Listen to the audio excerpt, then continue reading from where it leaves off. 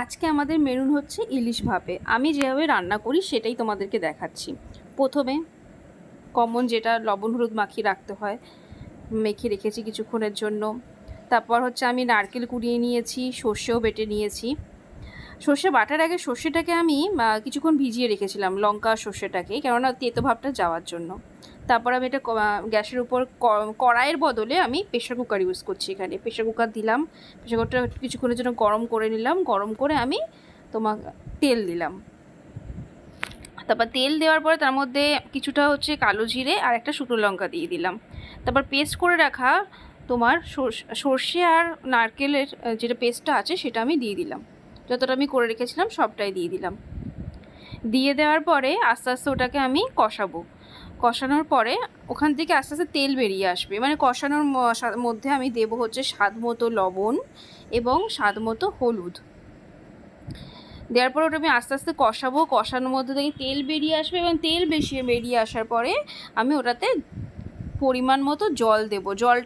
জলটার মাপটা খুবই কম হবে, কেন এটা হচ্ছে ইলিশ ভাপে, মানে হচ্ছে কম হবে জলের পরিমাপটা, মাখা মাখা হবে। ইলিশ ভাপে অন্যরকমভাবেও করা যায়।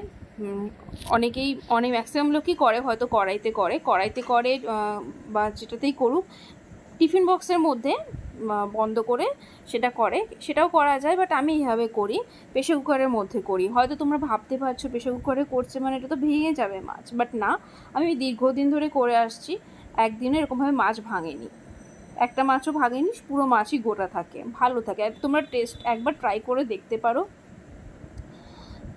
দেখছো আমি এখন দিয়ে দিয়েছি জল মাপ মতো কষানোর পরে, তেলটা বেরিয়ে আসার পরে। তারপর আমি এর মধ্যে একটু কালারের জন্য কালো লঙ্কার গুঁড়ো দিয়েছি। আর হ্যাঁ, অবশ্যই তোমাকে দিতে হবে হচ্ছে কাঁচা লঙ্কা চিড়ে দিতে হবে, কারণ ঝাল না হলে ইলিশ ভাপে ভালো লাগে না।